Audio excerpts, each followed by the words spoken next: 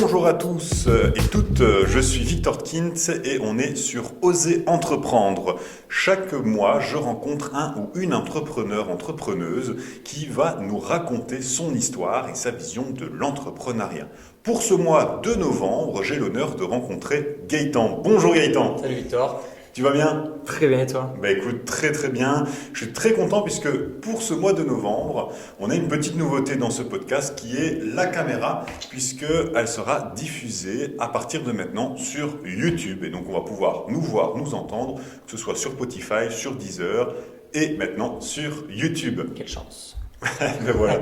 Eh ben écoute, pour le commencer, Ouais. est-ce que tu sais juste te présenter qui tu es, d'où tu viens et ce que tu fais dans la vie? Ok, moi c'est Gaëtan Houssier, j'ai 27 ans, je suis pur tournaisien et agent immobilier indépendant. Ok, très bien. Et donc tu représentes l'agence Brick, Tout à fait. qui est une agence immobilière basée sur Tournai et Moucron Exact. et qui casse un peu les codes C'est et ça. qui essaye de se différencier des agences traditionnelles. Est-ce que tu peux nous expliquer un peu l'histoire de Brick Bien pour sûr. commencer et puis on parlera bien évidemment de toi. Ok, ça marche. Donc Brick, c'est pas moi qui l'ai fondé, c'est trois potes d'enfance qui se connaissent depuis tout petit et qui ont fait du basket ensemble, qui ont plus ou moins la trentaine et qui en fait sont partis d'un principe simple, c'est que l'un des trois était déjà agent immobilier dans une agence concurrente bien sûr maintenant. Ok, Et forcément, voilà, avec quelques petites déceptions, on va dire professionnelles de ce côté-là. Mhm.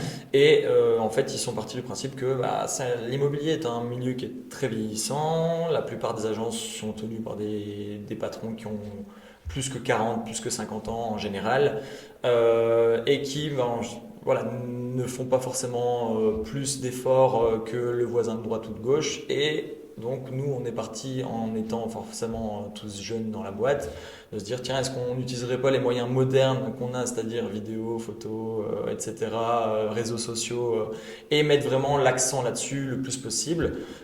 Est-ce qu'on partirait pas des outils qu'on a, donc les outils modernes qu'on a maintenant, pour faire quelque chose qui soit vraiment qualitatif avant tout. Et du coup, c'est un peu parti de là. Et voilà, de fil en aiguille, l'agence est montée. Donc, ils ont commencé seuls. Puis, je suis arrivé l'année passée, en janvier l'année passée. Et donc, on est plutôt satisfait du résultat.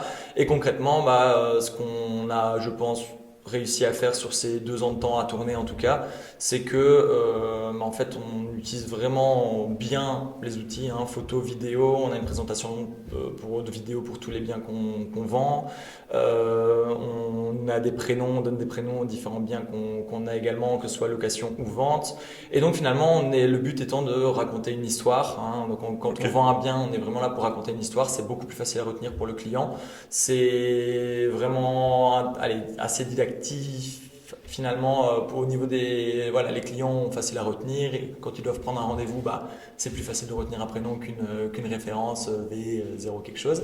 Et donc voilà un petit peu le principe. Et après, forcément, l'idée, c'est vraiment de remettre l'agent immobilier au centre et donc d'utiliser vraiment l'humain pour ce qu'il est, hein. Donc, c'est-à-dire que moi, j'ai peut-être cette chance d'être finalement appuyé par toute la partie administrative, commerciale et tout ce qui est médiatique, forcément, qui est géré par une partie donc de mes collègues de Moucron. Et ça me permet de me libérer moi pas mal de temps sur le terrain et pour toute la partie que je fais peut-être la plus facilement, c'est-à-dire la partie commerciale qui vraiment est relationnelle, qui est vraiment la base du métier et qui est un peu le point de départ avant de pouvoir aller un peu plus loin, on va dire. Ok, très bien. Et donc, si je comprends bien, vous mettez un peu de storytelling dans vos actions de communication à C'est ça. travers le naming C'est ça, on essaye vraiment nom de trouver des de maison. moyens qui permettent finalement d'accrocher, que ce soit, voilà, comme je l'ai dit, vidéo, photo, on a une qualité qui est supérieure, on travaille avec un photographe professionnel Mhm. qui est donc Armand Martens, qui travaille vraiment, vraiment bien, et donc dès, je pense, les premiers jours, les premières semaines d'activité, en tout cas sur tournée, je pense que ça a tout de suite fait écho dans le sens où on a voilà, systématiquement les gens qui me connaissent ou me connaissent d'un peu plus loin me disent c'est toi Brick, c'est toi la tête sur les panneaux, c'est toi qui donne les prénoms en maison, c'est vous qui faites une vidéo de présentation, vous faites ça super bien. Enfin, voilà, c'est tous ces éléments-là qui ont fait que, en partant finalement, moi, pour ma part, d'une page un peu plus vierge, dans le sens où j'étais déjà agent immobilier, mais assez jeune sur le marché, et donc déjà indépendant, mais depuis très peu, Mhm. bah, ça m'a permis d'aller beaucoup plus vite, beaucoup plus loin, et d'avoir finalement des gens qui peut-être ne me connaissaient pas bien ou pas forcément suffisamment, bah, grâce à la communication, grâce au visuel, grâce aux vidéos, aux panneaux avec ma photo dessus, bah, ça m'a permis finalement d'avoir une visibilité qui est nettement plus importante maintenant, Mhm. et clairement un gros atout. Ok.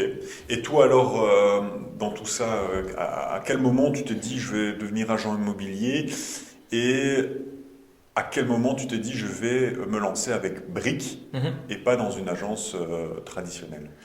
Ah ben, c'est marrant. C'est une question intéressante clairement parce que bah, quand on est agent immobilier ou en tout cas qu'on a envie de le devenir, on est obligé de passer par une agence autre, hein, forcément. On ne peut pas créer son agence dès le départ, on ne peut pas Mhm. passer des études à agent immobilier sans passer par un stage.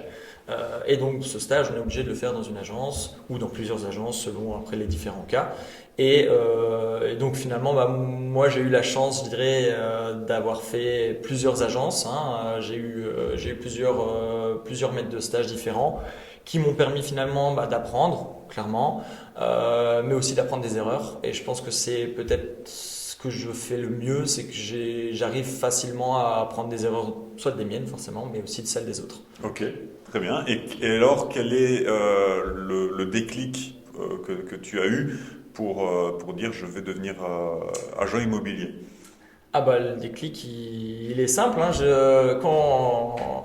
Au niveau parcours familial j'ai bon, des parents séparés certes, et donc pas mal de déménagements dans ma vie, hein. J'ai Mhm. eu une vingtaine je pense Ah oui, ok. de déménagements sur mes 27 années, ce qui est pas mal. Ok, Bon d'accord. ça s'est bien calmé ces dernières années, tant mieux, mais effectivement ça a dû probablement m'induire, en tout cas me diriger vers cette voie parce Ok. que clairement, bah, quand on voit différents biens, qu'on vit dedans, etc., qu'on voit éventuellement ses parents devoir louer des biens et autres, bah forcément on en apprend et au fur et à mesure que l'âge avance, on va dire on se destine vers quelque chose de ce qu'on aime finalement. Et moi, ce qui me plaît vraiment beaucoup dans l'immobilier, c'est vraiment la partie purement commerciale d'un côté et la partie administrative. Et finalement, bah, l'immobilier, c'est trouver des solutions pour des gens qui ont un souci ou un problème à régler finalement, hein, que ce soit simplement de pouvoir mettre en vente un bien,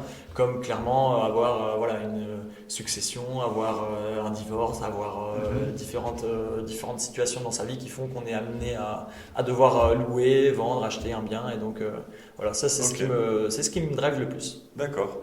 Et comment tu vois le marché actuellement de l'immobilier? Ah, le marché de l'immobilier actuellement, c'est une période assez particulière. Je pense que c'est une période qui va définir vraiment la suite, clairement. Je Mhm. pense qu'on est sorti de très très belles années au niveau bah, forcément Covid, où là il y a eu beaucoup de variations, les prix ont fort augmenté, les taux étaient très bas, et donc il y avait une folie un peu de l'achat pendant cette période-là. Et là on revient vers un marché qui est plus traditionnel, et je dirais même un peu plus lent que la moyenne parce que bah, les taux sont très élevés à l'heure actuelle, que les prix avaient tellement monté pendant le Covid que bah, indirectement ils doivent descendre. Ça a déjà commencé, à voir jusqu'où ça s'arrêtera, mais concrètement, on est un peu dans cette période où il faut faire le gros dos. Je pense qu'il y a, bon, on le voit en France, mais il y a pas mal d'agences immobilières Mhm. notamment qui font faillite, voilà, qui calment le jeu en tout cas. Pas mal de promotions immobilières dans tout ce qui est neuf qui ne se font pas, ou en tout cas les réservations sont annulées ou autres. Donc on le sait, l'immobilier, ça reste une valeur stable. Hein, en Belgique, on a tous une brique dans le ventre, et donc en général c'est assez clair. Mais il y a des périodes où on doit faire plus attention que d'autres, on va dire, et je pense que ça n'arrête pas forcément le marché. Je pense simplement que à mon avis, il y a des choses qui doivent bouger un petit peu.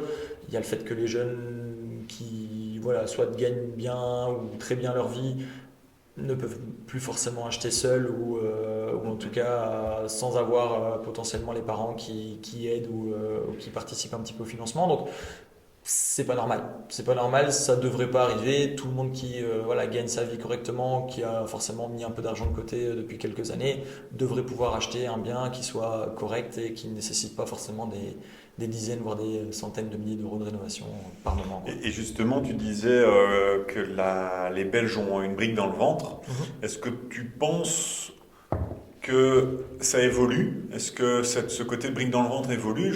Je dis ça parce qu'on parle beaucoup maintenant de nomadisme, si je peux appeler ça comme ça, Mhm. où, ben, soit même dans le milieu des entreprises, hein, les jeunes ne font pas une carrière de 40 ans dans la même entreprise que faisaient leurs parents, voire leurs grands-parents. Mhm, c'est clair. Est-ce que ça peut aussi, est-ce que tu vois aussi une tendance plutôt de location plutôt que d'acheter sur le marché? Bah, il y a une tendance location parce que l'immobilier est Il y a la cher. conjoncture C'est actuelle. ça. Ouais. Pour le moment, la location, elle est vraiment, elle est plutôt positive parce que forcément, il y a plus de demandes, l'offre est présente et donc ce qui fait que ça se passe, je pense, assez bien de ce côté-là. Peut-être même parfois un peu difficile pour certains locataires il y a plusieurs dossiers sur un seul bien et donc Mhm. je dirais qu'il y a peut-être trop de De demandes par rapport demande, à ouais. l'offre. Ça peut créer des problèmes à ce moment-là. Mais concrètement, bah, je dirais que oui, nomadisme, oui, on a tous envie un jour de partir, faire le tour du monde, etc. On a la vision des choses qui est un peu plus lointaine, hein. On voit un peu plus loin, un peu plus à l'étranger, on va dire, que nos parents, grands-parents, comme tu l'as dit. Ça, c'est clair, je pense vraiment. Mais d'un autre côté, je pense que l'immobilier en Belgique, ça reste vraiment, comme je l'ai dit tout à l'heure, hein, une valeur stable, hein, que ce soit finalement pour acheter pour soi ou pour acheter pour investir. Je pense que c'est pour moi la meilleure manière d'investir son argent.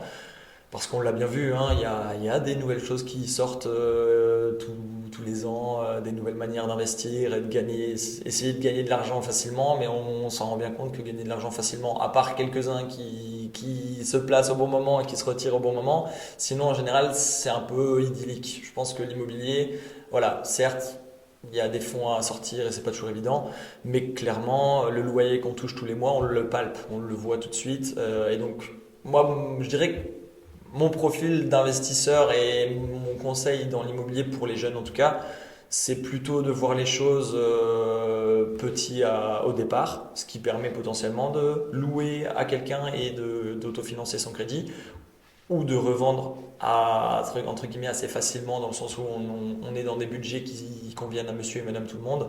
Ça, je dirais que dans l'idéal, c'est commencer à investir petit et grandir avec forcément ses moyens et avec l'âge, bien sûr, et les besoins surtout. Mhm. Justement, c'est intéressant parce qu'on va commencer le chapitre un peu investissement et Ok. immobilier. Je pense que ça peut aussi intéresser pas mal de personnes. Déjà, première question, on est jeune adulte, on Mhm. commence à rentrer dans le monde, on va dire, professionnel et de l'indépendance. Et quand je dis indépendance, mais c'est sortir du nid familial et Ah ouais, ça parental, c'est sûr. à des études et des formations. Et voilà, j'ai de l'argent de côté et je me dis, est-ce que je dois louer ou acheter? Alors moi je suis très tranché sur la Ouais, question. vas-y. J'espère ne jamais avoir à louer. Ok. J'ai eu la chance de pouvoir acheter très jeune. Et donc maintenant, voilà, cet achat finalement était un achat que je savais assumer seul. Mhm. Ça m'a permis d'y vivre, ça m'a permis d'investir, ça m'a permis maintenant de le louer et ça m'a permis de réinvestir. Et ça, pour moi, au niveau du processus, c'est vraiment ce que je rêvais de faire. Enfin, j'avais ça en tête depuis longtemps parce que c'est un peu, j'avais ça en tête. Enfin, vraiment, je sais pas comment Mhm. l'expliquer, mais je l'avais en tête. Et voilà, finalement, j'arrive à me dire, en n'ayant pas eu forcément j'ai pas eu, voilà, je n'ai pas hérité ni quoi que ce soit. J'ai un bien d'investissement et j'ai un bien propre maintenant qui m'appartient. Parce Et que tu as fait le choix parce que d'acheter. j'ai choisi Ok. d'acheter petit pour voilà, profiter des réductions, Mhm. etc. Tout à qu'on a fait. en Belgique, hein. Oui. J'ai profité de ces réductions au maximum. Et maintenant, bah, voilà, je sais que je n'y ai plus droit, mais du coup, j'ai acheté un autre bien avec ma copine maintenant, qui sera un bien dans lequel on vivra. Et donc, voilà, je pense que c'est finalement plus sain. Ça permet peut-être plus de flexibilité aussi, parce que finalement, bah, c'est de l'argent qui est bloqué, d'une manière. Si on voit les choses comme ça, c'est de l'argent qui est bloqué. J'ai la chance d'autofinancer le crédit, donc c'est de l'argent qui ne me coûte rien finalement.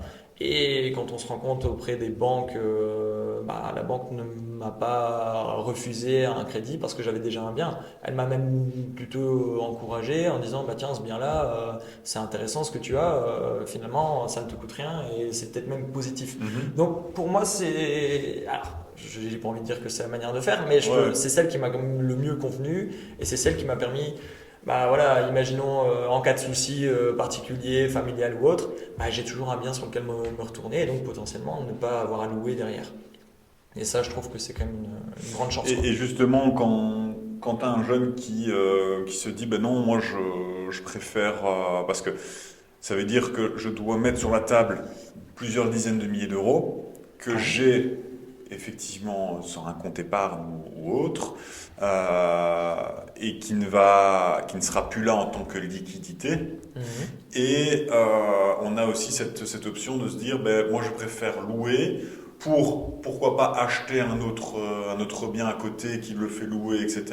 Ou Mhm. alors même, j'ai déjà même entendu des gens qui disent, ben, moi je préfère louer et investir ma somme dans les actions, dans des placements financiers, etc. Que penses-tu Il y a pas de manière. Enfin, je peux pas dire que c'est l'un est pas mauvais, bien et sinon. l'autre Mais toi, est tu mieux. optes pour l'achat. Moi, je sais que j'ai un profil d'investisseur qui est plutôt semi-risque, Mhm. semi-raisonnable, on va dire. Ok. Il y a des gens qui vont avoir des profils, allez, quand on va à la banque, le Oui. banquier est censé normalement nous faire un peu ce Ouais. travail-là, de dire, bah voilà, tu es plutôt quelqu'un qui Profilage. est, Tout à voilà, fait. profilage un peu plutôt à prendre des risques et gagner gros, ou prendre des risques mais mesurer et puis Mhm. gagner correct, ou ne pas prendre de risques et juste avoir un petit peu de plus. Ça, c'est, je pense que voilà, les banques le font déjà. Après, il faut se connaître. Je pense que ce qui est important, il ne faut pas se lancer si on n'est pas prêt à le faire. Ça, c'est Mhm. hyper important. Il ne faut pas absolument se dire, ah, mon frère, ma soeur l'ont fait, il faut que je le fasse tout de suite. C'est pas intéressant non plus. Pour moi, il y a une question. Il y a une question. Il y a de toute façon des profils d'investisseurs complètement différents, mais voilà, il y a le profil plutôt pragmatique qui lui va acheter quelque chose. Voilà, il avait ça en tête, il va s'y tenir et ce sera un bon achat pour lui. Il y a l'achat peut-être plus coup de cœur où on ne fonctionne qu'au coup de cœur. Si j'aime pas, j'achète pas. Mhm. Ça se fait de plus en plus aussi. Mais ça peut être très bien pour un achat immobilier, ça peut être pour des actions, ça peut être pour n'importe quoi finalement. Mhm. On doit se Ouais, sentir à l'aise avec l'argent qu'on dépense. tout à fait. C'est de la dépense, c'est une prise de risque. Et le but, c'est qu'un jour, il y ait du retour. Au plus vite au mieux, forcément. Mais ouais, je pense qu'il n'y a pas de mauvais profil. Chacun doit savoir plus ou moins comment il fonctionne et surtout pas se brusquer ou aller trop vite pour dire de faire comme les autres ou Tout de à fait. s'aligner, quoi. Et concernant les maisons à l'étranger, Ouais. il y a aussi on va dire, plusieurs idées pour l'investissement. Moi, j'entends parfois enfin, dans mon entourage qui ont des maisons à l'étranger, Mhm. qu'ils achètent du coup, et d'autres qui se disent, ben non, moi je préfère acheter donc une maison à l'étranger, la mettre en location et louer et louer pendant que je suis en vacances, plutôt que d'acheter et pouvoir après profiter de ma C'est maison. Ouais, de nouveau, Donc, alors acheter à l'étranger, c'est pas facile. Enfin, selon moi, c'est pas facile parce que bah il faut un contact sur place. C'est quasi impossible sans contact, ouais. d'acheter sans avoir une personne de confiance qui soit sur place, ne serait-ce que pour intervenir en cas de souci, ou peut-être avoir les contacts là-bas sur place qui permettent de se positionner et d'y aller. Le Belge, j'ai l'impression, est plutôt a envie de partir de Belgique parce que bon, on est tous belges, on aime tous notre pays et on a tous envie de partir un jour de Belgique. Je sais pas pourquoi, ça c'est un peu une manière générale. C'est vrai que bah, il fait pas forcément toujours très beau, hein. En ce moment c'est un peu la cata Ah, ça c'est d'ailleurs sûr. et c'est sûr que on a parfois envie de se dire bon on irait bien en Espagne ou autre, mais ouais je pense que de nouveau c'est pas une mauvaise chose. Le fait d'acheter là-bas, louer, mettre en location là-bas et de louer ici. En fait, chacun a sa Encore une vision fois, des c'est chacun choses. son style, ouais. Je dirais que oui, ça peut être intéressant, clairement. Si on arrive à avoir une rentabilité incroyable là-bas, avec des frais réduits et entre guillemets pas de contraintes ou une bonne personne de confiance sur place, bah tant mieux. Franchement, toutes les personnes qui ont la possibilité de le faire, faites-le parce que c'est intéressant, c'est sûr. Mais de nouveau, la location, en ce moment, la location reste intéressante parce que les crédits sont élevés, ce qui fait que les loyers sont de manière générale moins élevés que les crédits pour un équivalent. Donc ça, c'est ce qu'il y a d'intéressant maintenant. Après, il faut quand même pas oublier que quand on achète un bien, on a une déduction fiscale qui est importante. On a forcément le fait que même si on rembourse des intérêts, en grande partie, on rembourse quand même du capital. Parce que ce capital, il est en patrimoine. Donc ça veut dire que le jour où on revend, on espère forcément faire une plus-value. Mais cette plus-value, potentiellement, on a déjà soit un locataire qui nous l'a payé, soit nous-mêmes sur plusieurs mois, années, etc. Donc, je dirais que l'immobilier, quand on fait vraiment les choses parfaitement et qu'on a la chance de pouvoir le faire, bien sûr, parce que c'est pas si simple de garder une maison sur 20-25 ans et que tout se passe bien et qu'on paye son crédit pendant tout ce temps. Mais si on a la chance de le faire, potentiellement l'indexation de la vie fait que, on l'a vu, nous on n'en profitera probablement jamais, mais les parents, les grands-parents ont quand même acheté des biens à des prix qui paraissaient élevés à l'époque et quand on les voit maintenant sont 10 fois plus élevés que ce qu'eux ont entre guillemets dépensé. Donc, là, l'air de rien, ça reste quand même important. Ça veut dire que ils ont créé de l'argent, clairement, sur 20, 25 ans, 30 ans, ils ont gagné de l'argent à avoir acheté le plus vite possible, ce qu'on n'aura jamais en location, parce que la location, ça reste à fond perdu, ça c'est sûr. Mais d'un autre côté, j'ai des clients avec qui je travaille, notamment pour de la location, qui eux savent très bien qu'ils ne resteront pas spécialement en Belgique et que dans, on va dire, 5-6 ans, grand max, ils sont partis. Oui, là, ils ne voient pas l'intérêt d'acheter parce qu'en fait, la location à court terme leur coûte moins d'argent, ne demande pas de liquidité ou très peu, ne demande quasi pas d'entretien. Et finalement, on profite de l'argent supplémentaire qu'on a, qui nous reste après avoir payé son loyer. Et donc, ça permet d'économiser peut-être un peu plus pour pouvoir racheter ailleurs ou louer ailleurs, à l'étranger, dans 5-6 ans, s'ils connaissent leur destin entre guillemets de ce côté-là, tant mieux. Mais de nouveau, c'est très particulier et c'est plus personnel, on va dire. Ok. Et pour toujours rester dans ce côté un peu investissement, que penses-tu de l'achat-revente? Alors, l'achat-revente.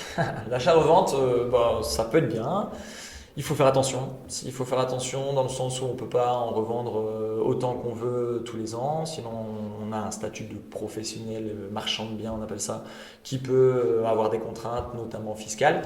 Après, moi, je suis très pour les personnes qui achètent des biens qui sont clairement à restaurer, dans lesquels il y a vraiment des travaux, où finalement il y a très peu de personnes qui se lancent dans ce genre de travaux parce que c'est un vrai métier de savoir partir d'une base blanche et d'en faire une maison qui soit confortable, habitable et aux dernières normes d'isolation, on va dire. Ça, c'est vraiment pas donné à tout le monde et puis ça coûte forcément très cher. Et donc, moi, je suis très très pour les investisseurs, les purs investisseurs qui, eux, sont là pour forcément gagner de l'argent parce qu'ils sont tous là pour ça, mais qui, d'un autre côté, font bien les choses et qui poussent les isolations, qui poussent toutes les normes énergétiques, les normes électriques, les normes, tout ce qui remettent finalement des bâtiments qui sont des passoires énergétiques en des bâtiments qui deviennent des vrais bons investissements ou des vrais bons logements pour des locataires ou potentiellement des futurs propriétaires. Ça, c'est vraiment positif. Après, voilà, on en a de moins en moins et je dirais qu'on n'en aura plus à terme. Mais j'ai plus de mal avec les investisseurs qui font du marchand de sommeil, qui ont des biens en quantité vraiment importante, dans lesquels ils n'ont jamais ou presque jamais investi d'argent et qui logent finalement des gens qui n'ont pas les moyens que d'accepter ce genre de logement. Là, j'ai plus de difficultés avec ça. Et j'avais déjà aussi entendu parler dans ce style d'achat-revente d'achat-revente sans apport, où tu peux acheter, donc c'était des blocs d'appartements, donc tu achètes en fait 3 appartements en un lot, et puis après tu les divises en 3 lots, et tu essayes de donc c'est un gros coup de poker, puisque tu essayes de les vendre directement avant que toi tu puisses vendre. D'accord. Je sais pas si j'avais. Alors moi j'ai jamais. Ouais, je comprends l'idée. J'ai jamais eu le cas. Ok. Après de nouveau c'est difficile d'avoir un avis bien précis là-dessus. Je dirais que ça se faisait beaucoup à l'époque et que ça se fera plus ou très peu maintenant. Parce que Ok. maintenant, allez, surtout ici à Tournai, on a quand même l'urbanisme qui gère assez bien les choses et qui est assez rigoureux là-dessus. À l'époque, on pouvait scinder une maison de mètres comme on en voit beaucoup, des très belles maisons mais qui avaient beaucoup de surface, qui ont été scindées en plusieurs logements, que ce soit étudiants ou autres, voilà, un peu n'importe comment parfois. Mhm. Et là, bah, on peut plus faire ça comme on veut. Voilà, il y a des normes, il y a des règles, il y a des permis, il y a tout ce qu'il faut de ce côté-là au niveau de l'urbanisme. Et ce qui fait que bah, ça m'est déjà arrivé, ça m'arrive encore, d'avoir des bâtiments qui ont été utilisés comme de multiples, enfin des bâtiments qui ont été scindés en de multiples logements sans autorisation à l'époque, mais il n'en Ouais. fallait pas forcément à l'époque non plus, Ok. et qui se retrouvent à devoir être revendus maintenant en bien unifamilial alors que ça n'en est pas au départ. Et donc, bah, dans ces cas-là, il faut trouver une solution, que ce soit des régularisations via architecte, et après tout ce qui suit, hein. En tout cas, on doit faire les efforts et on doit trouver les solutions pour justement Et juste, mais régler. dans l'idée de dire l'achat-revente sans apport, en disant moi, je me mets sur un bien qui est en vente. Mhm. Je dis ok, moi je veux ce bien-là. Tu négocies le prix pour qu'il le baisse. Ouais. Tu lui dis ok, moi j'accepte de te payer, mais tu me laisses 3 mois pour te payer le bien. Et dans les 3 mois, tu essayes de mettre en vente pour un bien, pour un prix qui est Supérieur. supérieur et tu prends la. Je peux pas répondre réellement à la question parce que T'as jamais eu le cas, eu le cas, enfin, j'ai jamais réellement eu le cas, de un. Et de deux, je pense que c'est plus facile à dire à qu'à dire qu'à faire. faire. Dans le Ok. sens où ouais, il faut, à mon avis, un petit peu jouer. Et ouais, et puis à l'heure actuelle, sans apport, c'est un peu. Enfin, je veux dire, on est obligé de montrer à un moment ou à un autre, patte blanche. Soit ça vient d'un crédit, soit ça vient de fonds propres, mais ça doit venir de quelque part. Il doit y avoir de l'apport d'une manière ou d'une autre. Qui sorte ou qui sorte pas, on doit pouvoir prouver qu'il y en a. Ouais. Après, voilà, effectivement, que potentiellement ce soit toi qui achètes et que au final ce soit un autre qui achète, c'est un porte-fort, je pense. Ça se fait très peu. Ok. Ou alors c'est pour. Enfin, j'ai déjà entendu des cas, mais que j'ai pas connu personnellement, où c'est plus pour duper. Parce que Ouais. quelqu'un ne veut pas vendre à une autre personne, et Ouais. donc on fait intervenir une tierce personne qui va acheter et qui va revendre à la personne qui n'était pas censée. Enfin voilà, Ouais, non, je vois. que le propriétaire qui ne voulait pas, il voulait pas la vendre, quoi. Mais c'est un cas particulier. Ouais, Vraiment ouais, alors, particulier. le crédit Bullet, ça te dit quelque chose? Le crédit Bullet. Ouais. Le crédit soudure, crédit pont, ou c'est dans ce. Non, j'ai Non. pas ça en tête. Ah bon, bah alors tu ne seras pas répondre à ma question, puisque j'avais entendu ça quelque part du crédit Bullet, mais je n'avais jamais très bien compris en fait donc voilà, qu'est-ce que le crédit Bullet? Donc il y a plusieurs noms qui encadrent ce type de crédit. On parlera donc également de crédit in fine ou crédit à terme fixe. Il s'agit en fait d'un crédit dans le cadre duquel vous ne remboursez que des intérêts, ce qui rend les mensualités plus light. Voilà, Ouais, comme ça ok. tu vois, mais t'as jamais Non, entendu mais parler j'ai de. pas eu le cas de nouveau. Personnellement, je l'ai déjà entendu, mais du coup, j'ai pas de précision Ok, particulière bon. là-dessus. Alors, c'était une question que j'avais déjà entendu parler et je ne savais pas trop ce que Après, il faut c'était. bien se dire que enfin, il n'y a pas de solution miracle. Quand on a un crédit qui paraît peut-être plus avantageux, je pense que ce genre de crédit-là est lié plus à du neuf. Quand on achète un bien et un terrain par exemple qu'on fait construire, bah, ça permet de ne sortir dans un premier temps qu'une petite partie de la Mhm. somme et de ne sortir réellement la partie conséquente que quand on peut y vivre. Ça veut dire que ça permet, par exemple, quand on achète un terrain qu'on fait construire, qu'on sait qu'on a 1 an et demi de construction, Mhm. bah, que si on a, par exemple, un loyer à payer à côté en tant que locataire quelque part, bah, ça permet de ne pas se retrouver avec un double loyer pendant 2 ans, 2 ans et demi parfois, selon le projet. Donc c'est, je pense, plutôt lié à ça et ça permet d'apporter des solutions dans ces cadres-là pour éviter qu'on se Ok. retrouve avec des multiples crédits, des multiples loyers, en tout cas impayables bien sûr, mais forcément ça coûte un peu plus cher qu'un crédit normal bien sûr, classique. Ok. Très bien. On va revenir maintenant un peu dans le côté entrepreneur et et indépendant. Donc toi, tu es indépendant, agent immobilier. Donc j'entends aussi parfois qu'il y a différents styles d'agents immobiliers. Il y en a qui sont indépendants, et il y en a qui sont en fait pas indépendants. Quelle est un peu cette différence entre l'agent immobilier ou le conseiller vente alors, En si on fait, peut appeler ça comme ça? l'immobilier, c'est un milieu qui est protégé depuis quelques années maintenant, ce qui fait qu'on doit passer pas mal d'étapes avant d'être agréé IPI, on appelle ça. Donc c'est vraiment un peu le saint graal de l'immobilier, c'est le numéro une ami des médecins. Ok. C'est un peu l'équivalent pour imaginer un petit peu tout ça. Et donc l'idée, c'est que en fait, pour devenir agent immobilier agréé IPI, il faut passer par 3 années d'études, avec stage obligatoire ou non, à voir, ça dépend des différentes formations. Donc 3 années d'études, puis une année de stage obligatoire, complète, remplir un certain nombre d'heures de formation, un certain nombre de jours, etc. Et ce stage peut durer de 1 an à 3 ans. Ça, on a un délai minimum et maximum à respecter. Et une fois que cette étape est franchie, on a 2 examens à passer qui sont l'examen écrit et l'examen oral, qui se jouent à quelques mois d'intervalle. Une fois qu'on a réussi l'écrit, on a l'oral dans les 2 mois, on va dire. Et une fois qu'on a réussi tout ça, donc il faut avoir 60% minimum. Une fois qu'on a réussi donc l'écrit et l'oral, forcément les 3 années et compléter les stages, on peut devenir agent immobilier agréé IPI. Donc voilà, Et quel est l'avantage justement d'être agent immobilier en fait, plutôt que... on peut pas être agent immobilier Ok, donc il y a si le on nom. n'a pas l'IPI. Ok. En fait, le titre est un petit peu faussé. Comme psychologue.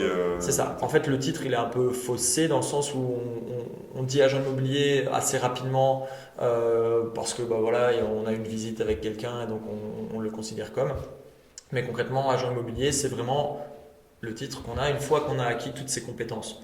Et forcément qu'on a été testé pour ça, qu'on a eu les agrégations qui font qu'on est capable d'assumer et on a forcément des responsabilités importantes liées à ça. Et donc l'autre partie, c'est plutôt l'agent immobilier qui est plutôt l'employé d'une agence immobilière, si on doit remettre un peu les choses dans le terme, ou le stagiaire aussi, qui lui est sous tutelle d'un maître de stage, qui est agent immobilier agréé IPI. Et donc ce stagiaire ou cet employé, lui, peut exercer entre guillemets la même fonction au niveau du travail que l'agent immobilier, sauf qu'il est sous la tutelle, sous le regard en tout cas d'un maître de stage. Ok. Et donc voilà, on peut pas faire tout ce qu'on veut non plus. Et un agent immobilier agréé IPI est d'office indépendant et peut ouvrir sa structure, ouvrir son agence, etc. Qu'un agent immobilier employé d'une agence immobilière est lié à son maître de stage. Il quitte la boîte, il n'est plus agent immobilier ni quoi que ce soit. Il ne peut pas exercer ailleurs, hormis se faire réengager ailleurs. Ok, d'accord. Et donc, on peut aussi voir un agent immobilier comme un commercial pour une entreprise. Il y a des similitudes, notamment la relation client. Comment toi tu gères la relation client au quotidien? Bon, moi je la gère comme je suis. J'ai du mal à être quelqu'un d'autre que moi-même. J'adapte forcément mon discours en fonction de mon client. Mais sinon, je suis moi-même tout le temps. C'est vraiment ma manière peut-être la plus marquante. C'est que voilà, les gens qui me connaissent bien ne voient pas forcément de différence entre moi en travaillant ou moi dans le privé. C'est un peu... voilà. J'essaye vraiment d'être le plus adéquat possible, on va dire, et après le plus humain, le plus compréhensif, etc. Et comment tu prospectes alors? C'est une bonne question. Maintenant, alors là, c'est un peu le petit coup de poker de départ, mais je suis très satisfait du résultat, c'est que il n'y a plus de prospection. D'accord, ok. Il n'y a plus de prospection parce qu'en fait, on a j'ai la chance d'avoir peut-être fait le bon choix aussi. Quand on s'est rencontré avec Brick à l'époque, c'était une page blanche. Moi, j'étais stagiaire indépendant. J'allais avoir mon numéro IPI quelques mois après. Et en fait, au début, forcément, avant de créer Brick Tournée, je me suis posé plein de questions. Forcément, j'ai un peu questionné mon entourage, etc. À voir quel était le meilleur choix. Et en fait, dès le jour 1, quasi, ça s'est super bien passé et j'ai réussi à utiliser mon aspect commercial et relationnel au quotidien, ce qui fait que un premier bien m'en a apporté un autre, et puis l'autre m'en a apporté deux autres, et puis les deux autres m'en ont apporté trois autres. Et en fait, c'est vraiment basé là-dessus. J'ai réussi à créer, entre guillemets, ma success story, on va dire, sur ces deux dernières années, uniquement grâce à j'ai vendu tel bien, puis en discutant, moi aussi j'ai un bien à vendre à tel endroit, puis moi c'est une location, et à force après voilà, ça passe par forcément écouter, être attentif au bon moment, au bon endroit, être sympa, simplement, ça suffit parfois, mais voilà, c'est passé là-dessus. Et après je pense que vraiment la plus grosse force, c'est que en fait, les gens qui me connaissent me voient, soit sur les réseaux sociaux, soit en rue parce qu'il y a ma tête sur un panneau. Et les gens qui me connaissent pas me voient aussi. Et ils se disent, en fait, les gens qui me connaissent pas ont l'impression de me connaître. Et ça, s'il y a une chose qui est vraiment hyper importante et qui m'a vraiment grandement aidé, c'est ça. C'est un peu la force aussi de Brick. Ah ouais, en ouais, fait, c'est qu'on humanise un peu les agents immobiliers. En fait, Brick a réussi à développer un potentiel que j'avais déjà, je pense, mais qui n'était pas forcément mis en valeur dans mes agences précédentes. Ouais. Parce que concrètement, j'ai été dans un bureau tout seul à essayer de contacter des personnes que je connaissais pas et qui ne me connaissaient pas pour essayer d'avoir leur bien à la vente. Et en fait, cette manière-là, elle est vraiment déjà pas facile, elle n'est pas chouette. Je veux dire, toutes les personnes qui nous écouteront aujourd'hui et qui sont un jour passées dans l'immobilier vont se dire, effectivement, la prospection, c'est vraiment pas drôle. Il y a une grosse majorité de manière générale, que ce soit l'immobilier ou ailleurs, mais c'est quelque chose de pas drôle du tout. Et en fait, c'est vraiment, c'est presque. Alors, il y a une partie réseaux sociaux qui est vraiment très importante, qui font que les gens, se disent c'est facile, on va cliquer sur le bouton et on va pouvoir prendre rendez-vous avec Gaëtan ou quelqu'un d'autre. Mais il y a aussi cet aspect, j'ai déjà vu ce gars-là quelque part, j'ai envie de discuter avec lui, ou il y a des gens qui nous contactent ou qui m'ont déjà vu en visite ou à qui j'ai donné une carte ou autre qui m'appellent. Et quand j'arrive chez eux, ce qui n'est pas toujours évident pour certaines personnes, on rentre quand même dans une sphère privée, on rentre chez les gens, on doit potentiellement juger leur maison, peut-être leur donner des conseils sur comment la mettre en valeur, est-ce qu'il ne faut pas ranger ou vider telle pièce. Donc on rentre dans quelque chose d'assez privé, d'assez intime.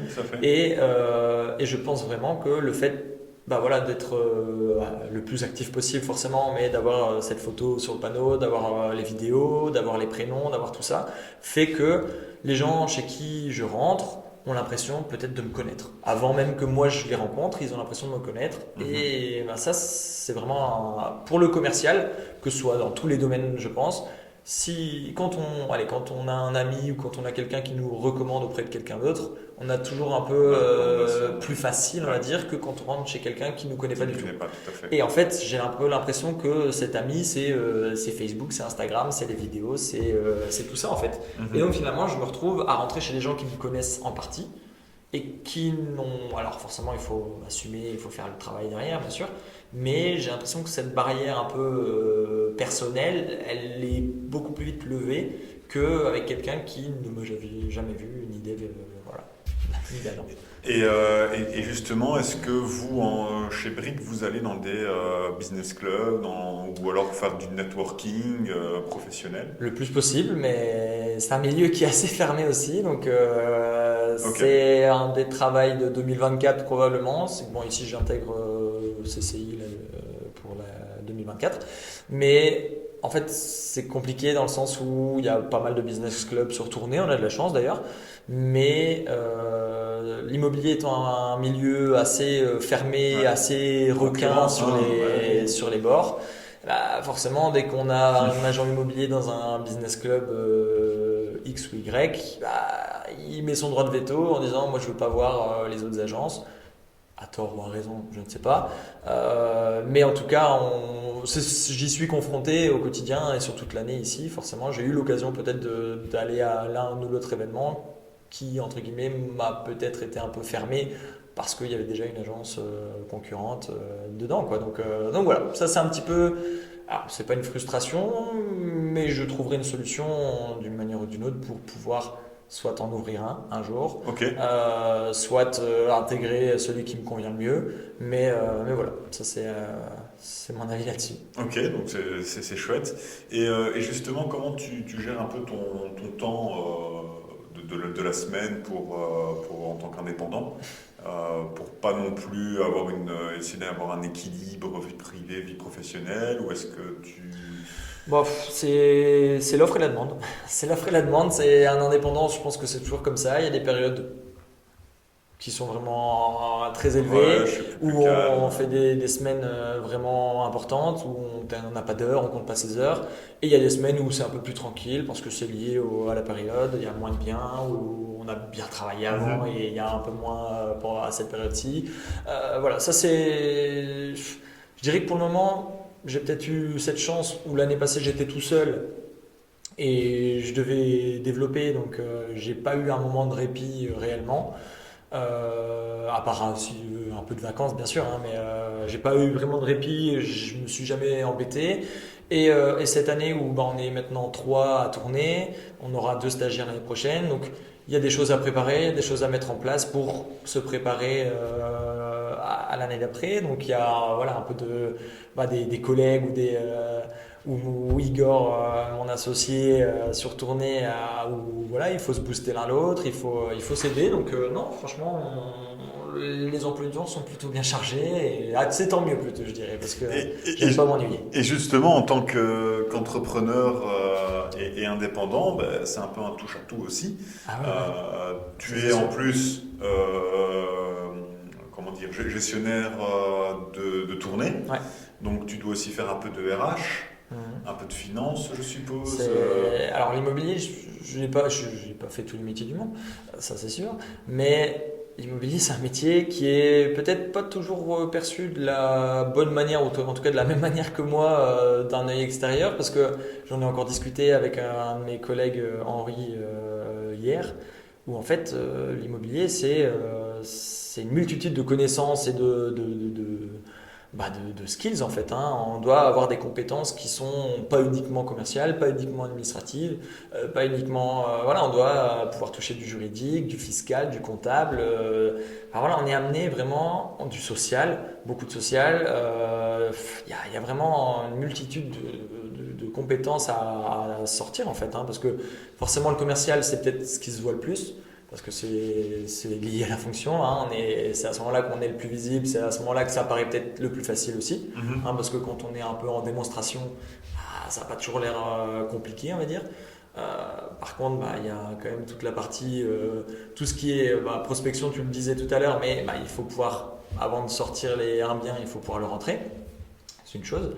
Il y a la partie forcément fiscale, parce que on doit pouvoir apprendre aux gens des choses ou conseiller du mieux possible pour qu'ils ne fassent pas une erreur à tel moment ou qu'ils ne revendent pas dans la mauvaise période pour perdre de l'argent alors qu'ils auraient pu. Enfin voilà, il y a des choses vraiment importantes à savoir.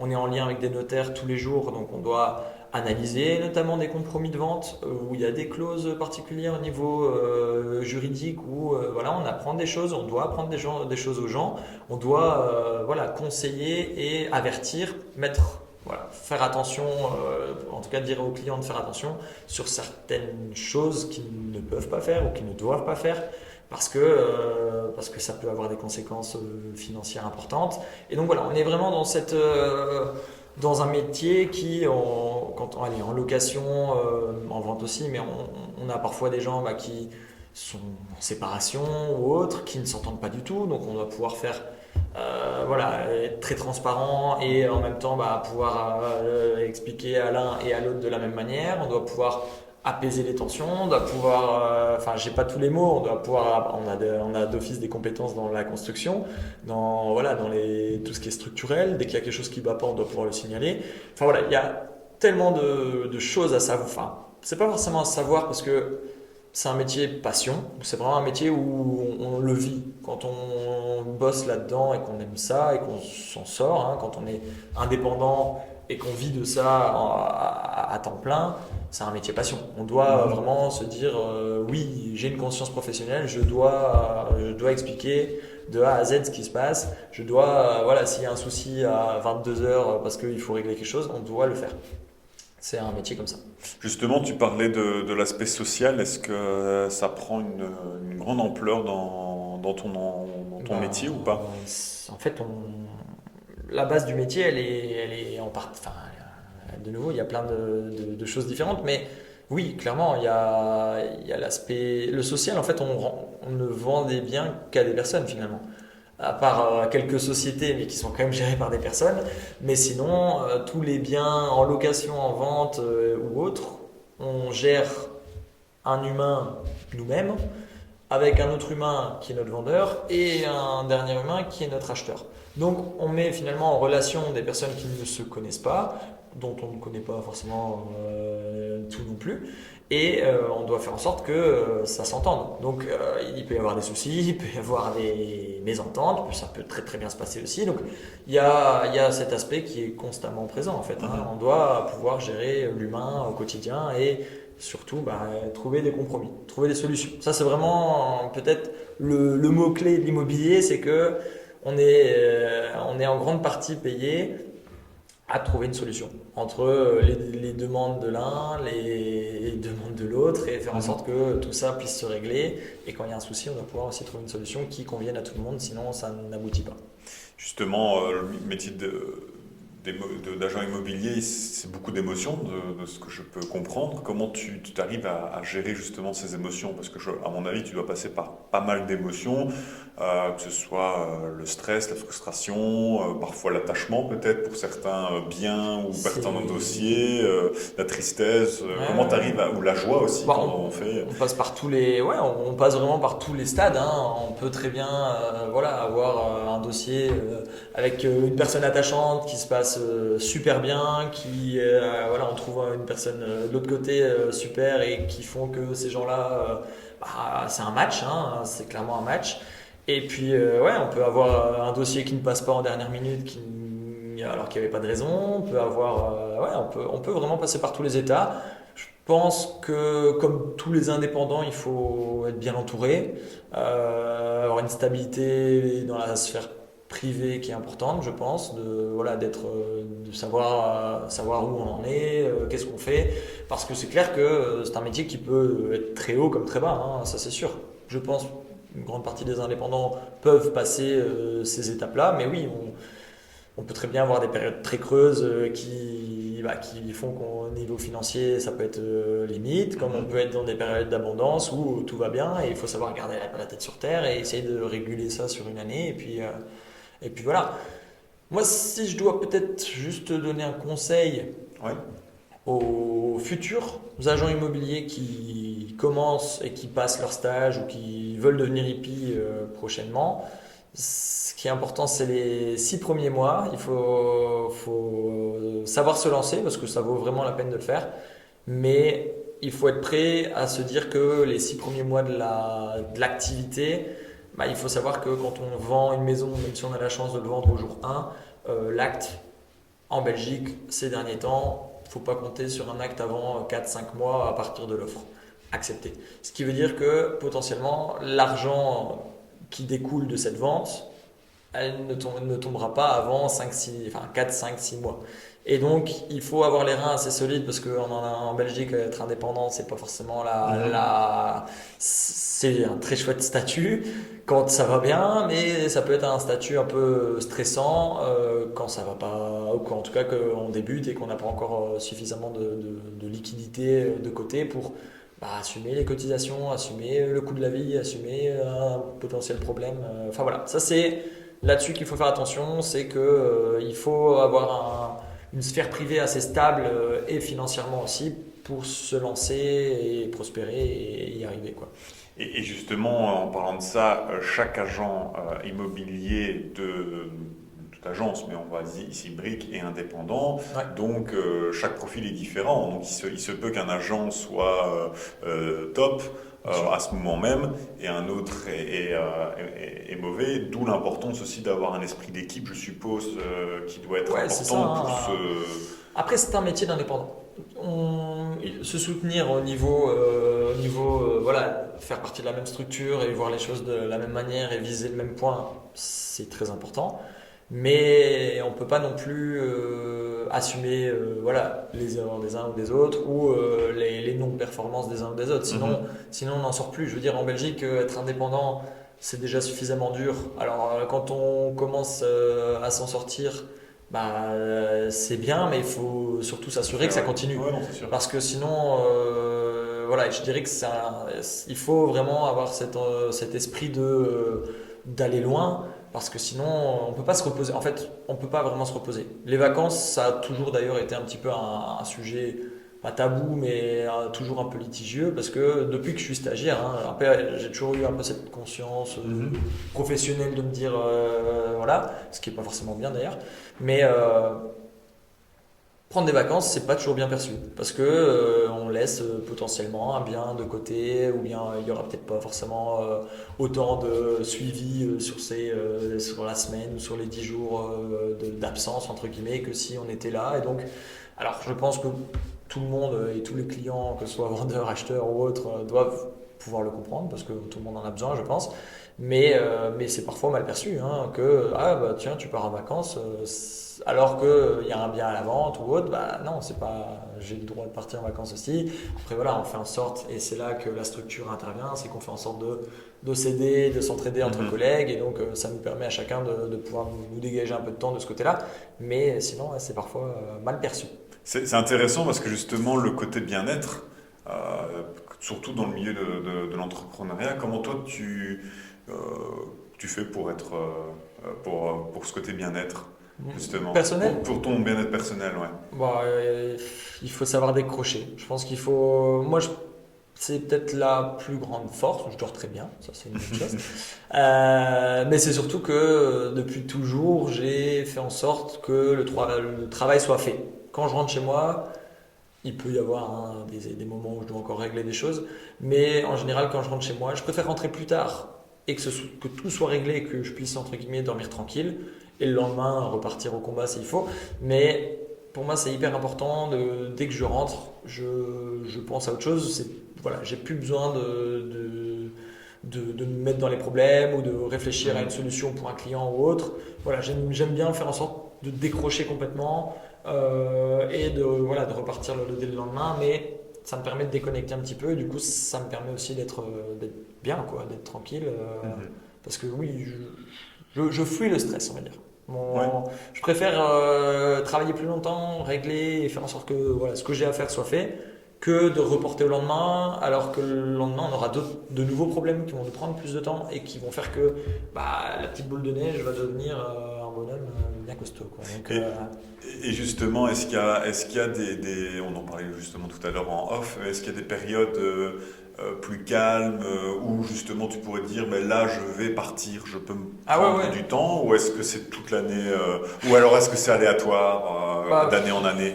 je dirais que c'est un peu toujours le débat éternel avec ma copine, c'est que bah, voilà, elle est super voyage et elle veut voyager le plus possible et j'essaye de la suivre au maximum, mais il y a certaines destinations ou en tout cas certains timings ou certaines périodes où je lui explique que voilà, soit elle le trouve voilà, elle va avec une copine ou autre, soit je préfère qu'on décale parce qu'il y a des créneaux et je sais qu'il y a des mois qui sont clairement intéressants.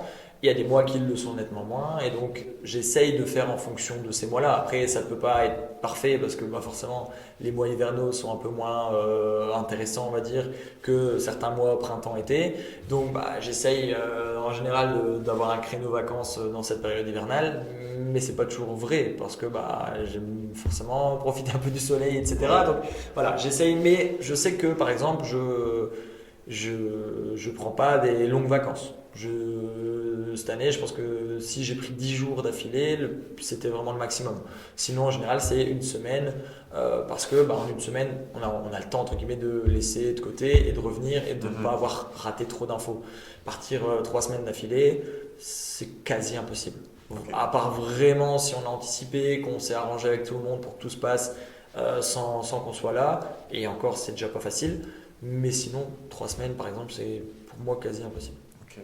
Et justement, en parlant de ça, comment tu fais pour justement évaluer l'évolution du marché de l'immobilier? Comment je fais? Ouais. C'est-à-dire, Je sais pas, ici, est-ce qu'il y a des indicateurs qui disent, oula, là, ici, il va y avoir une hausse, par exemple, ici, des taux. bah, Est-ce que tu regardes les infos en essayant de dire, ouais, voilà. je prends les renseignements là où j'en trouve, j'essaye de forcément vérifier les sources, mais pour moi c'est des tendances. On sait pas le deviner 10 ans à l'avance, 5 ans à Mhm. l'avance, mais l'année passée quand on a commencé à ressentir l'après-Covid, on a vu que les taux remontaient, etc. C'était quasi écrit, bon j'aurais pas pu le garantir à 100% vu que je suis pas magicien non plus, mais c'était quasi écrit que le marché allait devenir ce qu'il est maintenant. Si on devait revenir sur une discussion que j'ai eue l'année passée, je disais déjà à l'époque que clairement un couple qui gagne correctement sa vie aujourd'hui, en 2023, ne sera plus forcément capable d'acheter un bien sans avoir un peu d'aide des parents parce que en sortant à 23, 24, 25 ans des études, on a peut-être mis une ou 2 années d'économie de côté, mais malheureusement à l'heure actuelle c'est pas forcément suffisant pour pouvoir acheter un bien.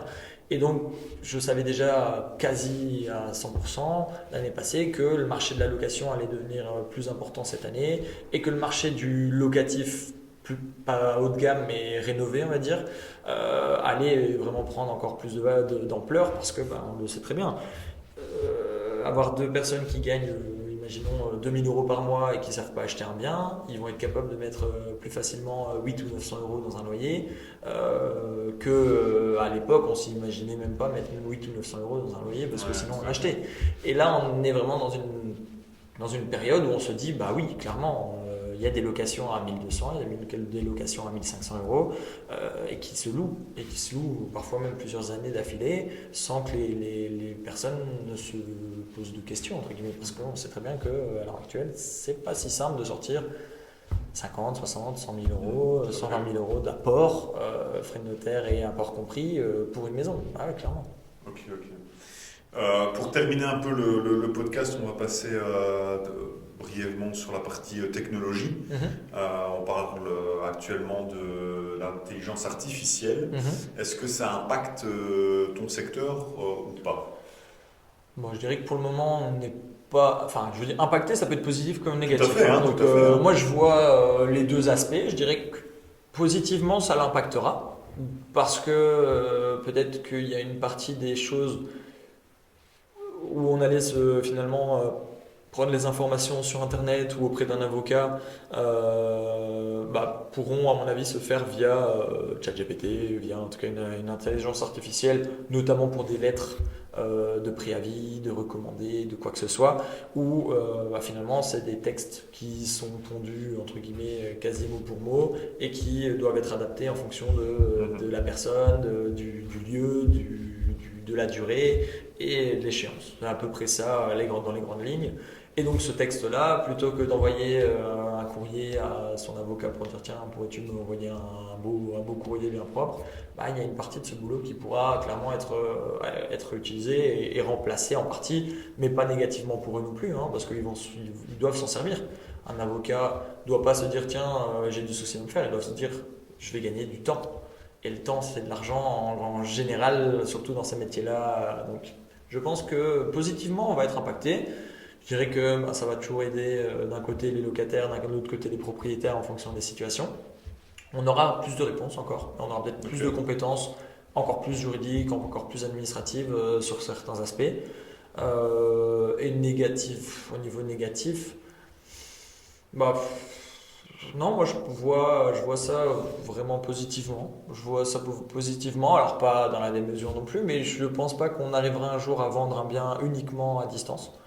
Je pense pas. Et je veux dire, même l'intelligence artificielle, elle se déplace pas toute seule jusqu'à maintenant. Donc il lui faudra de toute façon aller dans un bien, potentiellement voilà, permettre de faire une vidéo, etc. Comme on voit déjà, hein, des visites virtuelles, ce genre de choses. Mhm. Nous, on n'en pratique pas parce qu'on a une autre manière d'aborder les choses, avec la vidéo notamment qui remplace un petit peu tout ça. Mais voilà, ça m'inquiète pas particulièrement. Je pense qu'il faut plus le voir comme une force que comme une faiblesse ou une contrainte en tout cas. Ok, très bien. Tu lis, Mhm. tu lis beaucoup? Moi j'aime Ouais. bien. Alors maintenant c'est un peu plus en vacances qu'au quotidien, mais j'aime bien. Si tu avais un livre à conseiller, justement. Je sais pas te dire comme ça. Je suis plus dans tout ce qui est soit de policier, soit de science-fiction. Donc du facile à lire plutôt. Ok. Mais j'ai pas de titre comme ça Bon, niveau particulier. film alors, niveau film ou série. Ah, là, je suis en plein dans Suits. Ah, Ok.